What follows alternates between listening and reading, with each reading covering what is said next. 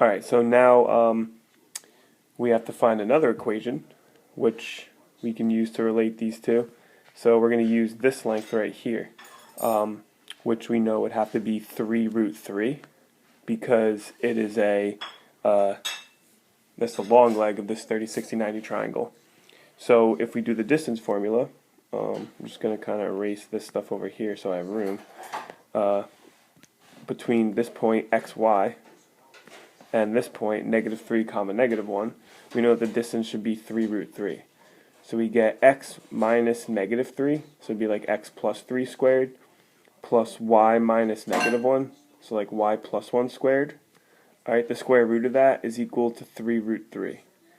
Then if you square both sides, you get x plus 3 squared plus y plus 1 squared is equal to 3 root 3 squared, which would be 27. And now we have to solve the system of equations between this green equation and this yellow equation, and we'll have our coordinates for x and y. So now to solve the system, we're going to use a CAS calculator. We're going to solve a system of equations, not a system of linear equations.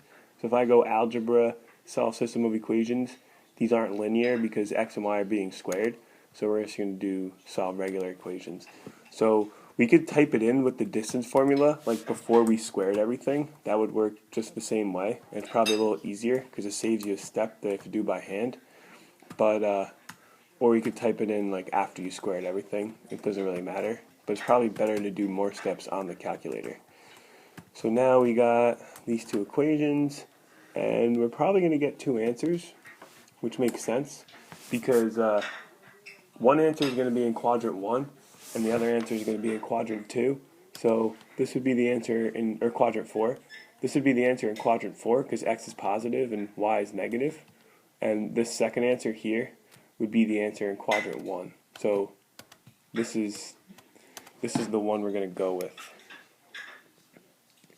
And then the reason why that happens, oops, I didn't mean to do that.